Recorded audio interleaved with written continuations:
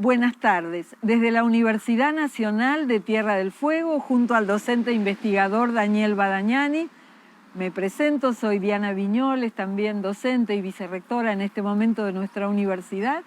Queremos presentar este aporte que hemos hecho con reflexión, con humor, con respeto y con mucho afecto a la obra de Rodolfo Kusch. Hola, soy Edgardo Fermé y esto es ¿Qué país de cuarta?, donde como cada viernes analizamos este fracaso llamado República Argentina. Y hoy tenemos un programa muy especial porque vamos a hablar de filosofía. Y quédense al final porque no lo va a poder creer. Mire, siempre analizamos en este programa esta especie de milagro diabólico de que semejante país, con tantas riquezas, con hombres y mujeres talentosos, ganadores del premio Nobel, jóvenes talentosos que se van a formar a Europa, Estados Unidos, o que formados acá triunfan en Europa, en Estados Unidos.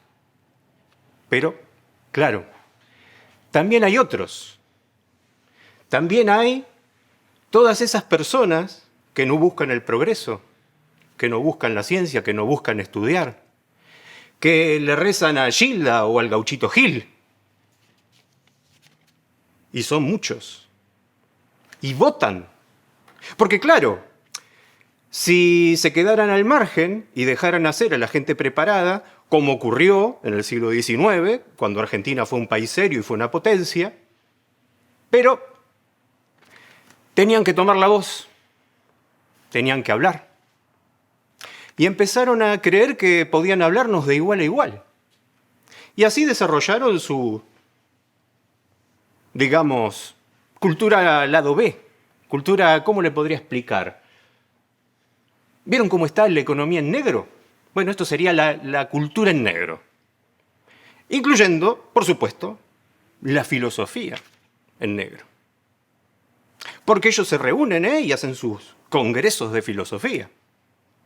En el mejor de los casos se juntan en una de estas universidades truchas del conurbano o estas remotas que hacen por ahí, nunca una UBA, nunca una Córdoba. Y digo en el mejor de los casos, porque las más de las veces se reúnen en la terminal de un pueblito de La Quebrada, en la terminal de ómnibus de La Quebrada, ¿sí? Ponen ahí sus mesas y ponen algún indio que cura con yuyos, algún delincuente que usurpa tierras en nombre de indios, qué sé yo, y alguno de estos filósofos, y se aplauden entre ellos y está todo bárbaro, ¿no?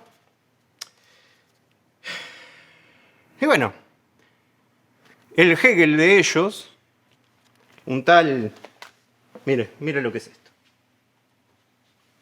4 tomos, obras completas de Rodolfo Kusch, bueno, Rodolfo.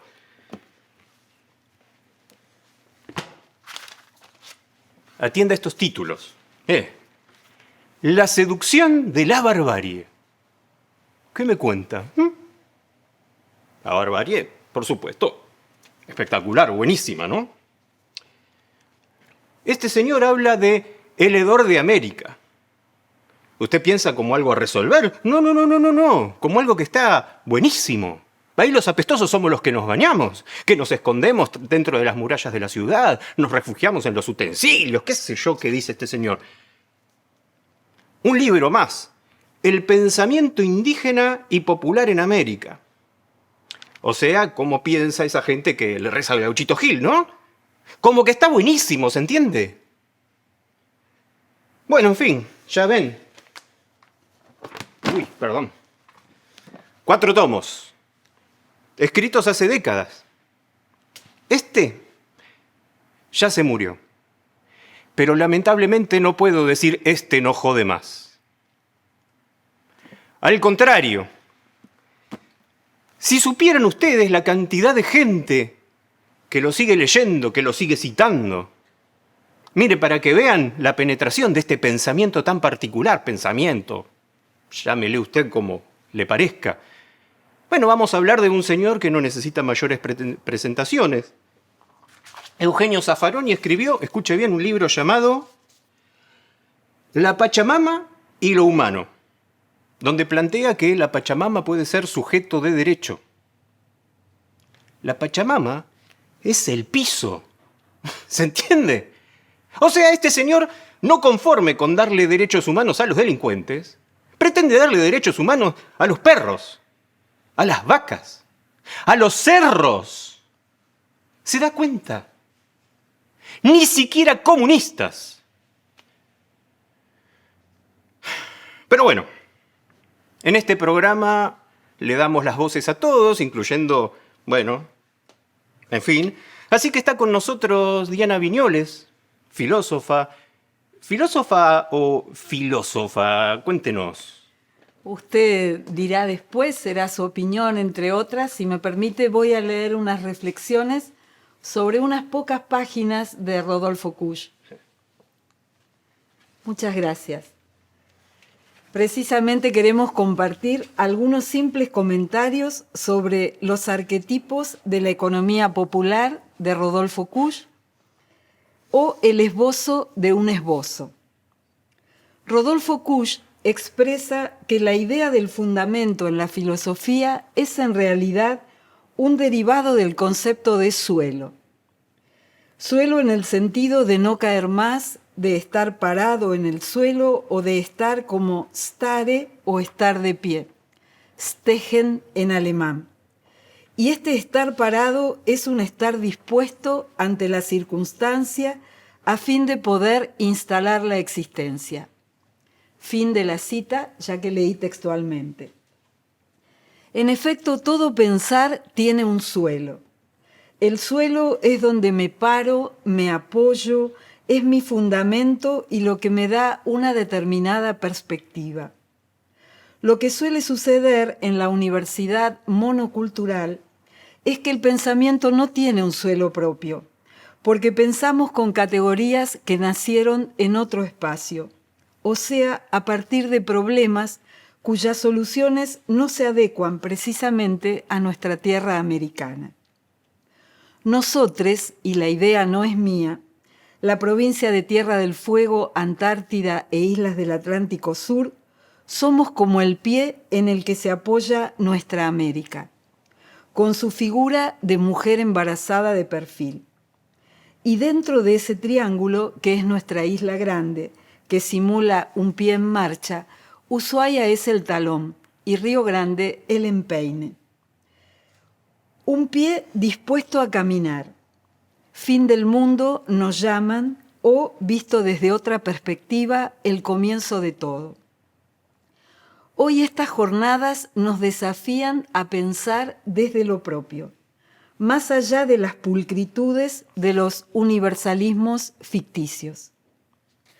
Para ello aceptamos y tomamos como cartografía un texto de Kusch, Los arquetipos de la economía popular, de su libro Esbozo de una filosofía antropológica americana, para trazar un esbozo de clase en la asignatura Epistemología de la carrera de Contador Público. Precisamente a nuestros estudiantes les presentamos este texto y lo compartimos. Sí, hablo de una propuesta didáctica dirigida a aquellos que eligen una disciplina que trabaja con datos duros y, como más de una vez me han expresado, es elegida porque no tiene la ambigüedad de las humanidades o de las ciencias sociales. Bueno, a ver. Estamos hablando de contadores, ¿no? Sí. Tiene que ser claramente gente seria, gente preparada en cuestiones técnicas que no tienen discusión, que no son subjetivas. ¿Qué me va usted a venir a discutir? A ver, mire, casualmente tengo acá impreso las actividades reservadas de acuerdo al Ministerio de Educación a quienes aspiran a convertirse en contadores públicos nacionales. Escuche. Diseñar, dirigir e implementar sistemas de información en todos los segmentos de la contabilidad y costos. Registrar, medir y exponer la información histórica y proyectada para todo tipo de organizaciones y unidades económicas. Dirigir y realizar procedimientos de auditoría y dictaminar en materia contable e impositiva. realizar los procesos de sindicatura en sociedades, concursos y quiebras. Vamos, cosa seria. En efecto, el desafío pedagógico fue, sin renegar de la indispensable rigurosidad que esas tareas necesitan, presentar al mismo tiempo otros horizontes que complejizaran las perspectivas. Y así fue como dimos en comentar en clase el texto al que antes le hice alusión. Si tuviéramos que señalar algunas palabras claves, y así comenzó nuestra clase, del capítulo de Rodolfo Kusch, podríamos hablar de desarrollo, entre comillas, pobreza, cultura e incluso un nombre propio, porque Rodolfo Kusch ejemplifica lo que nos quiere compartir con un educador boliviano fallecido precisamente en el año 2020, Luis Rojas Aspiazu, para quien la economía funciona como parte de un camino humano compartido con el canto, el trabajo, la comida, el ritual, la danza y hasta el teatro. Porque una economía en la que solo se cuenta, se calcula y se registra no permitió hasta el día de hoy resolver problemas tan básicos como el hambre de la humanidad. Rodolfo Kusch propone lo que no suele aparecer en los planes económicos, y es afectar el funcionamiento general de la economía tal como la conocemos actualmente. Porque no es una ciencia de cosas o de burbujas financieras, en la que los seres humanos somos un objeto más del mecanismo, sino, como dije antes, una ciencia intrínsecamente humana. El mandato de un determinado modelo cultural, el que penetra cada día nuestras mentes y entra a nuestras casas, es que hay que seguir acumulando o consumiendo objetos, sin parar. Y de esto hay múltiples experiencias incluso en nuestras tierras fueguinas. Esto es una especie de absoluto que ocupa toda la vida. Hoy, desde Ushuaia, queremos volar hasta el altiplano boliviano para aprender de la cultura quechua que, junto a parámetros que se miden en auditorías, en balances, existen otros modos de dar cuenta de lo económico e incluso de lo real. Para hablar de la realidad voy a acudir a una contadora de cuentos. Contar en el sentido de narrar y no solo en el sentido numérico o matemático. Por eso, como también pasa en nuestras comunidades originarias, voy a dar la palabra a una sabia anciana narradora, Alicia Martínez Porto. A ver, Alicia, si me ayudás a explicarle un poco más a este entrevistador qué es la realidad, tomando un texto de Rodolfo Kusch. Adelante, Alicia. Realidad. Uno de los motivos por el cual rechazamos el altiplano es que ellos creen en la magia y nosotros, los de Buenos Aires, la rechazamos totalmente porque nosotros somos prácticos y precisos. Nosotros solos vivimos en la realidad. ¿Pero qué es la realidad para nosotros? Pues eso que hay delante de nosotros, los edificios, las paredes, el piso, todo lo que nos rodea y que no se puede mover, lo que no podemos atravesar. Por ejemplo, no podríamos cruzar una manzana en diagonal a través de las casas, no podríamos cambiar una casa. Y si por ahí uno empieza a irse un poquito por las nubes, siempre hay alguien que nos dice, vamos, che, volvé a la realidad. Y si no lo hacemos, si no volvemos a esa realidad dura, inflexible y lógica, ahí aparece la ciencia. La ciencia es la teoría que le da concreción a la realidad, de tal modo que no solo se refiere a las paredes y a las piedras. Hay una ciencia, por ejemplo, para el sueldo, para manejar el sueldo, hay otra para los estudios, hay otra para la política, para todos, para todo hay una ciencia. Entonces, nosotros nos movemos como en un mar de plomo que abarca un sinfín de sectores, en el cual debemos desplazarnos con muchísimo cuidado. Pero un día estamos sentados cómodamente en nuestra casa y viene corriendo un amigo. Che, en la esquina hay un pato volador. ¿Qué? En la esquina hay un plato volador. ¿Qué hacemos nosotros? Nos levantamos corriendo y vamos hasta la esquina con mucho cuidado para ver si hay un plato volador. Eso es ver para creer. Vamos a la esquina para ver y creer que hay un plato volador. Pero podría ocurrir otra cosa, que nosotros le digamos a nuestro amigo: ¿me vas a hacer creer a mí que en la esquina hay un plato volador? No. Pero viejo, si lo vio todo el mundo lo vio. Es decir, nos tienen que hacer creer que existe. Y para eso pone como testigo a los 6 millones o 7 de argentinos que hay en Buenos Aires. En este caso, hay que creer para ver, no ver para creer. Bueno,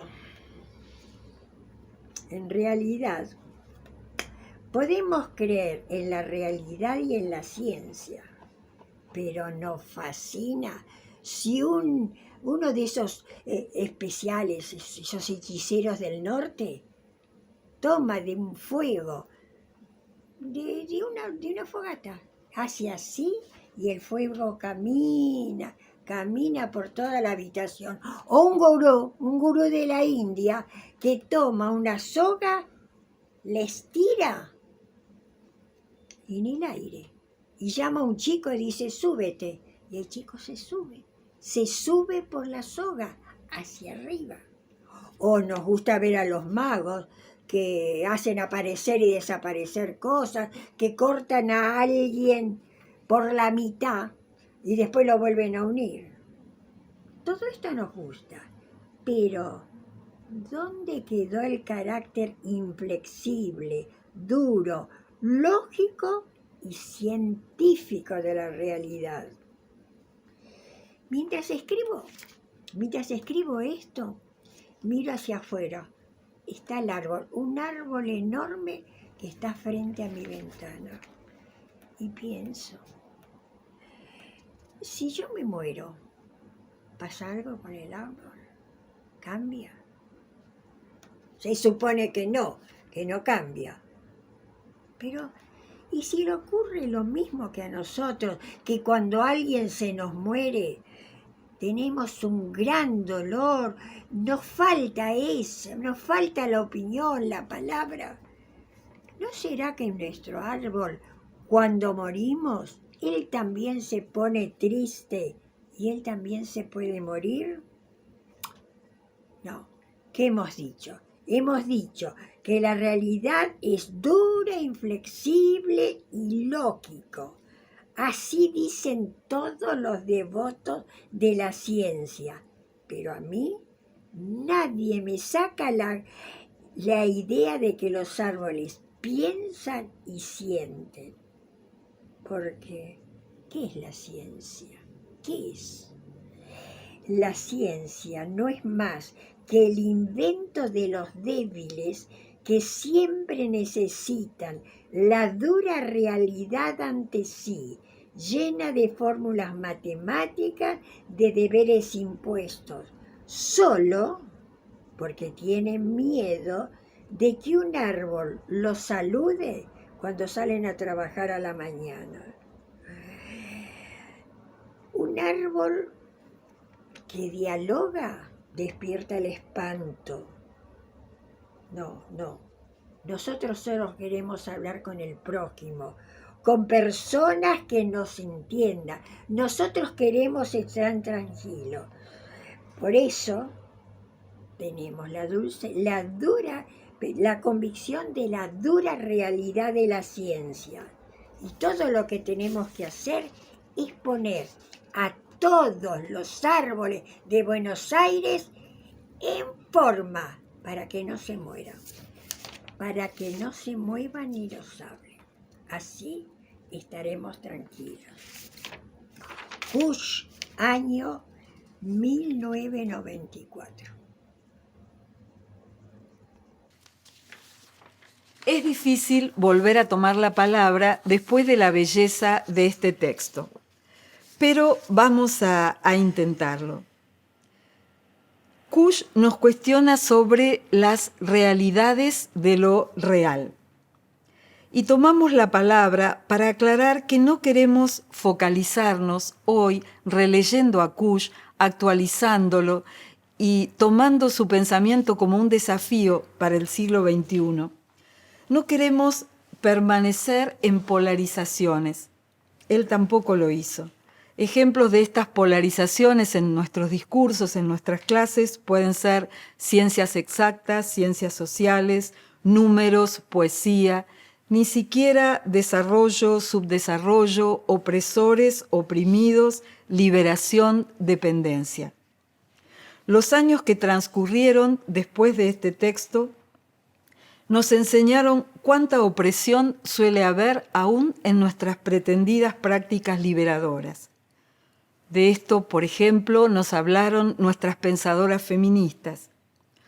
O también tomamos cada vez mayor conciencia de que toda ciencia es un producto cultural y por lo tanto humano, aunque solo trate de cifras. El trabajo contable nos muestra un aspecto de la realidad tan crudo como el de las deudas soberanas, nacionales o provinciales. Y este precisamente fue el tema de los 2 parciales de esta asignatura en este año 2021. Por eso necesitamos las cifras, para mostrar el despilfarro, para mostrar la poca racionalidad de las deudas asumidas. Necesitamos transparencia activa en nuestras organizaciones. Pero al mismo tiempo también necesitamos que la economía no sea solo una cuestión de expertos. Agradecemos la experticia contable que reconstruye los entretelones de ingresos, pagos y gastos, que tantas veces indican inexplicables vaivenes. Pero el objetivo de la comunicación, al mismo tiempo de esta comunicación de la mano de nuestro filósofo, era principalmente recordarnos que los saberes populares no se pueden dejar fuera de las aulas, porque están en el sustrato mental de estudiantes y profesores.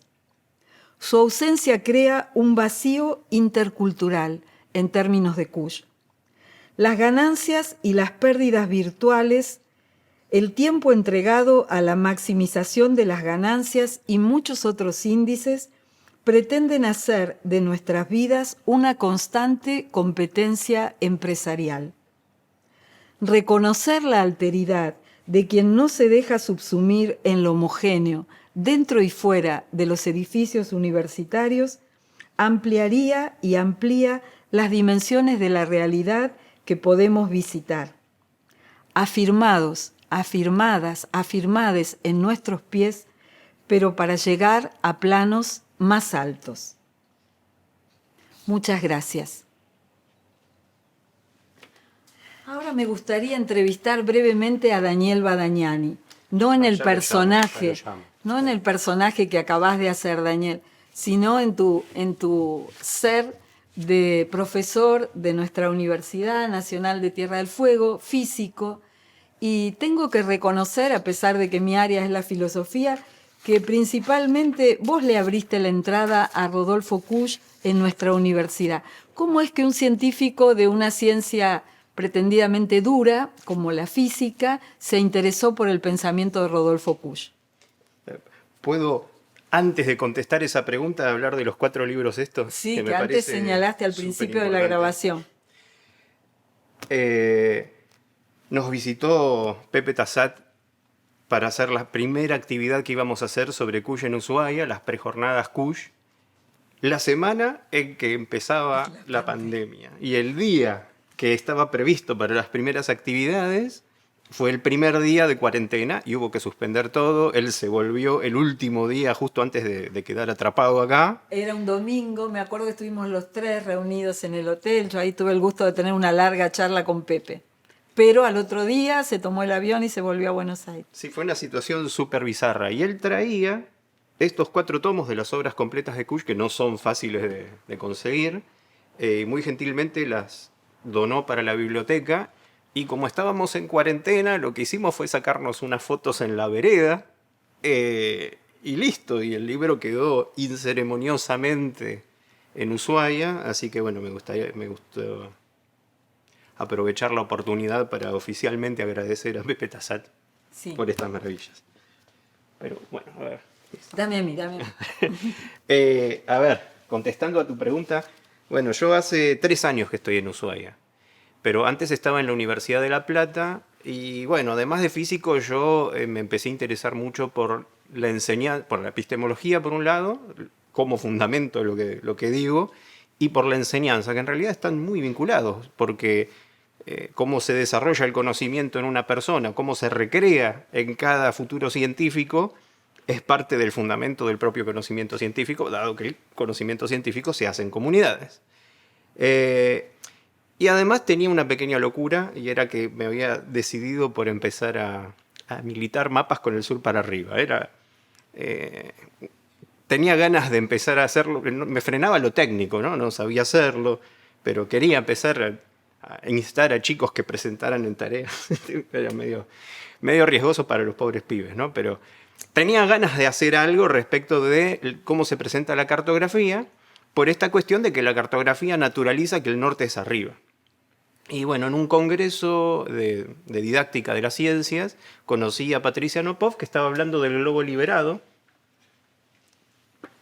Que a ver, la idea es, todos estamos acostumbrados a ver el globo terráqueo en este soporte que fija el norte arriba. Ahora, si nos preguntamos cuál es la posición representativa del globo, si pensamos que representa el planeta real, ¿no? Debajo nuestro tenemos al planeta real, o sea, todo el mundo queda bajo nuestros pies, básicamente. Así que si nosotros estamos, por ejemplo, acá en Ushuaia, el sur está para allá, así que esta sería la posición del globo terráqueo para que esté en exactamente la misma orientación que el planeta real. Y uno, donde sea que esté, queda arriba de todo. Y entonces acá vemos claramente que si queremos señalar al señor Biden, está por allá. Y Londres está por allá. Bueno, estamos acostumbrados a decir que Pekín está para allá, pero Washington está para allá también. Y esto es una cosa que genera perplejidad. Bueno, yo cuando terminó esa conferencia me acerqué a Patricia y le dije, me interesa militar con vos, estas fueron las palabras que usé. La idea era hacer una especie de militancia geográfica y astronómica. Y así surgió el grupo Choyols. Nos dedicábamos a hacer actividades en espacios públicos, en escuelas, talleres donde explicábamos astronomía desde la subjetividad de quien mira y no desde una subjetividad cósmica. Sin tener idea de Cush ni nada. Fuimos generando instrumentos, fuimos generando talleres. Un buen día, ella empezó un doctorado y me dijo, hay un filósofo que me parece que lo tenemos que conocer. Bueno, ella estaba cursando con Carlos Cuyen, que hablaba, por supuesto, muchísimo de Rodolfo Cush. Y bueno, fue invitado a La Plata y yo caí ahí con mi libretita y iba anotando a medida que él hablaba, fascinado, todas las formas en que me parecía que podíamos incluir a Cush en lo que hablábamos. Ejemplito corto.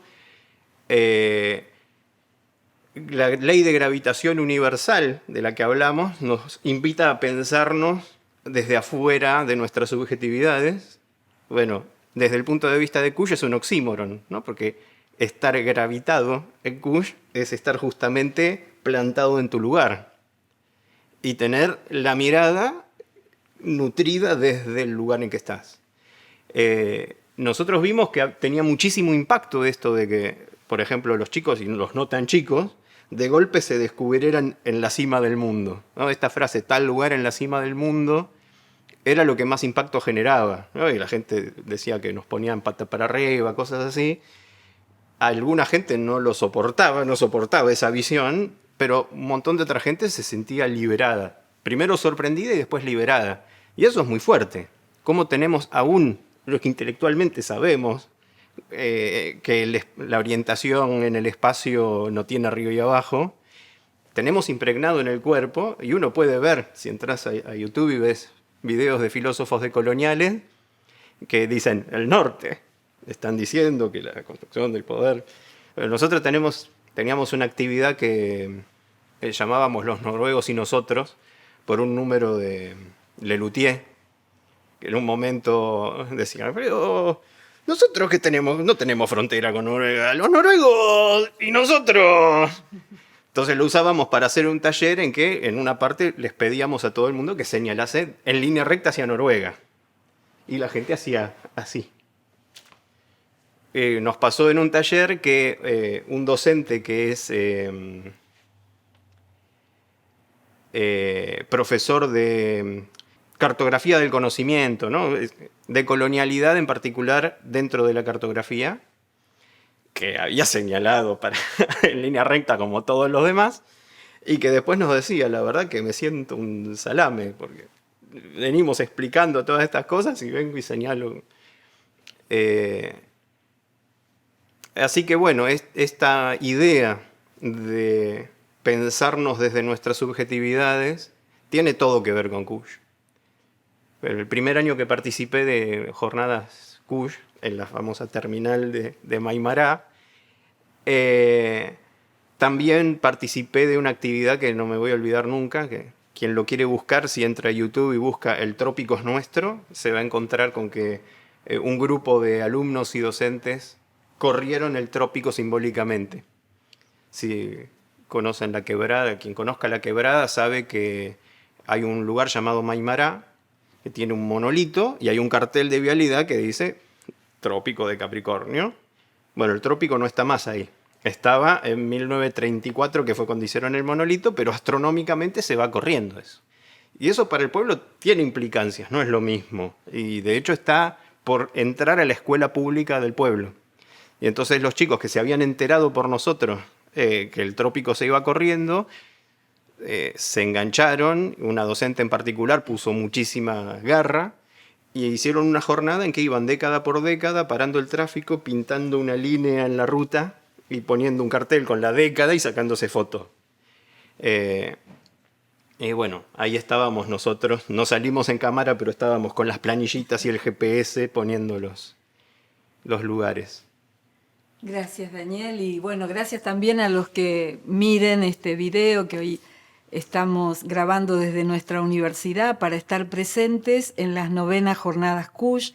Daniel Badañani recordó a Carlos Cullen, que ayer estuvo, bueno, ayer video se va a pasar, no sí, se va a pasar unos días después, pero estuvo también en la apertura de las jornadas, un filósofo argentino que también de una manera contracultural introdujo, yo también formé parte de su grupo de investigación en la UBA, introdujo el pensamiento de Kusch, que ahora está tan reconocido, ¿no? Por eso hoy somos tantas universidades y tantas organizaciones que nos sumamos a el festejo de los 100 años del nacimiento de Kusch, que va a ser en el 2022.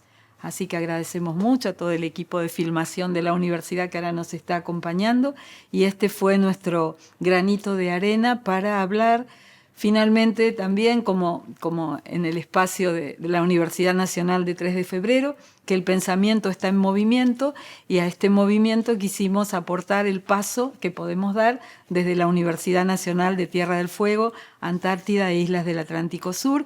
Muchas gracias.